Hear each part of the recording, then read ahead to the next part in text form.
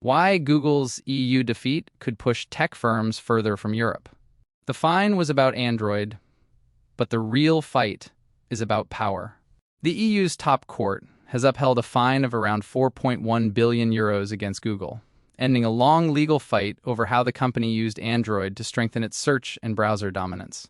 The Court of Justice of the European Union dismissed Google and Alphabet's appeal in case C-738 over 22p, confirming the penalty after years of argument over pre-installation, licensing, and the power of default settings. That is the confirmed legal story. The wider political story is sharper. Brussels has again shown that it can make American technology companies pay for the way they structure digital markets, even when those products are global, popular, and central to everyday life. The EU has turned regulation into a form of power. The Android case began with a simple allegation. Google used its control over the Android ecosystem to protect its search engine and browser from rivals.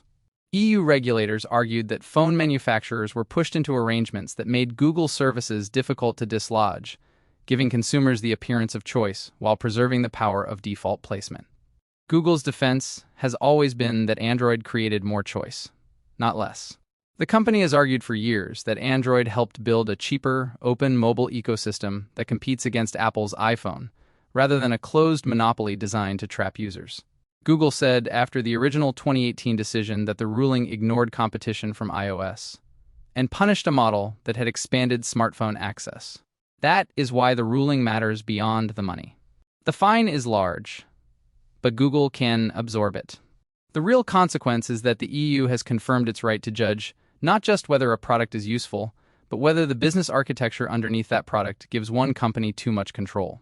The backlash will be about Europe's weakness, not Google's fine. The anti-EU backlash will not be hard to predict. Critics will argue that Brussels has once again chosen litigation over invention, fines over founders, and courtroom power over technological leadership. The harsher version of that argument is that Europe has become world-class at regulating platforms it did not create. That criticism is not entirely rhetorical.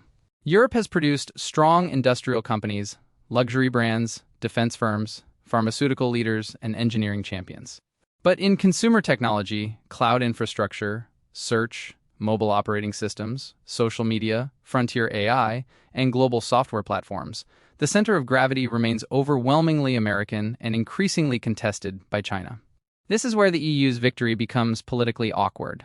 Brussels can say it defended competition. Silicon Valley can say Europe waited until American companies built the modern digital economy, then arrived with fines, compliance orders, and legal uncertainty. Both claims can be true at the same time.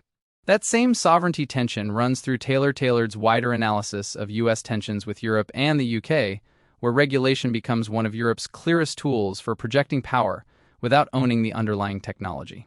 Tech firms will respond by designing around Brussels. The next response from major technology firms will not just be legal appeals. It will be product redesign, delayed launches, extra compliance teams, market-specific versions, and more cautious rollouts across Europe. That is already visible in the wider EU technology fight, where Apple has linked delays to new AI and interoperability features to the Digital Markets Act and the legal risk of European rules. For a company like Google, the lesson is blunt. The EU market is too large to abandon, but too legally exposed to treat like the United States. That creates a predictable pattern: comply where necessary, delay where risk is unclear, lobby where possible, and design future products so that European regulators have fewer obvious handles to grab.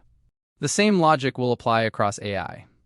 App stores, cloud computing, ad tech, search, browsers, and operating systems. Companies will increasingly ask a cold question before launching in Europe.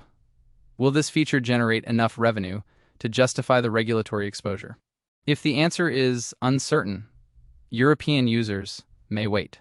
That is the hidden cost of the EU's approach.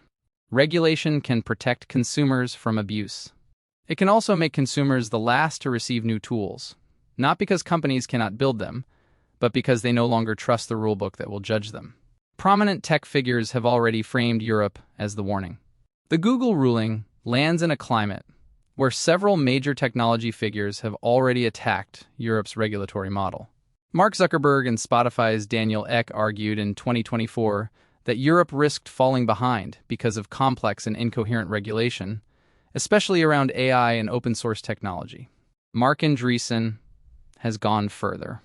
His public argument has been that excessive regulation slows builders, strengthens incumbents, and drains the speed that makes technology sectors dominant. Recent commentary around his position has framed Europe as the model to avoid, not the model to copy.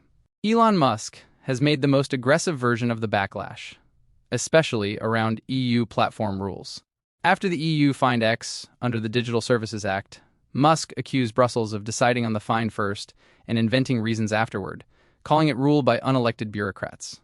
These comments are not all about the Android case directly, but they form the atmosphere into which the Google ruling now lands. For many in American tech, this is not an isolated competition judgment. It is another proof point in a larger claim. Europe wants the benefits of technological progress while distrusting the companies that produce it. The EU argument still has real force. The anti-EU case is powerful, but it is not complete. Brussels will argue that technology companies do not become immune from competition law just because their products are useful. A free app, a cheap phone, or a popular service can still be part of a system that blocks rivals from reaching users. That matters because defaults shape behavior. Most people do not change every browser, search engine, app store, or operating system setting. The company that controls the default often controls the market before the user even thinks of making a choice. The EU's case is strongest when it focuses on that practical reality. Consumers may technically have options, but technical choice is not always meaningful choice. If the commercial structure of a device quietly pushes billions of people toward the same services, regulators are not irrational to ask whether competition has already been narrowed before the market begins. That is why this case cannot be dismissed as simple Brussels jealousy. The EU may lack its own Google, but it still has a legitimate interest in whether Europeans are locked into digital pathways designed by one dominant American firm. The political risk is that Europe becomes a compliance market. The deeper danger for Europe is not that Google has to pay. The danger is that Europe becomes known as the place where technology launches slowly, operates defensively, and grows under permanent legal suspicion. Once that reputation hardens, founders, investors, and product teams adjust their behavior before regulators even act. That is already visible in startup concerns about regulatory friction. Recent reporting on European founders found complaints about delayed market entry, paused features, lost deals, and heavy compliance spending. The most serious signal is not anger from big tech, but anxiety from smaller companies that cannot afford armies of lawyers. This is where the EU's position becomes fragile.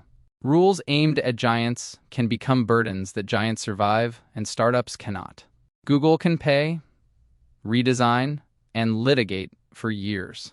A European challenger cannot always do the same. The result may be the opposite of what Brussels wants. Regulation designed to weaken dominant platforms can accidentally strengthen them because only dominant platforms can afford the cost of permanent regulatory conflict. The real question is, who sets the future? The ruling against Google is a victory for the EU's legal model. It confirms that Brussels can still bend the behavior of the largest technology companies on Earth. It also sends a message to Apple, Amazon, Meta, Microsoft, TikTok, OpenAI, and every future platform builder. Access to Europe comes with political conditions. But the ruling also sharpens the question Europe cannot find its way out of. Who is building the next generation of technology? If Europe is mainly setting rules for systems built elsewhere, then each victory carries a quiet humiliation inside it. The strongest version of the EU case is that markets need boundaries before private power becomes untouchable. The strongest version of the backlash is that Europe has confused rule setting with leadership. The Google fine proves Brussels still has teeth. It does not prove Europe has solved the harder problem of building the future itself.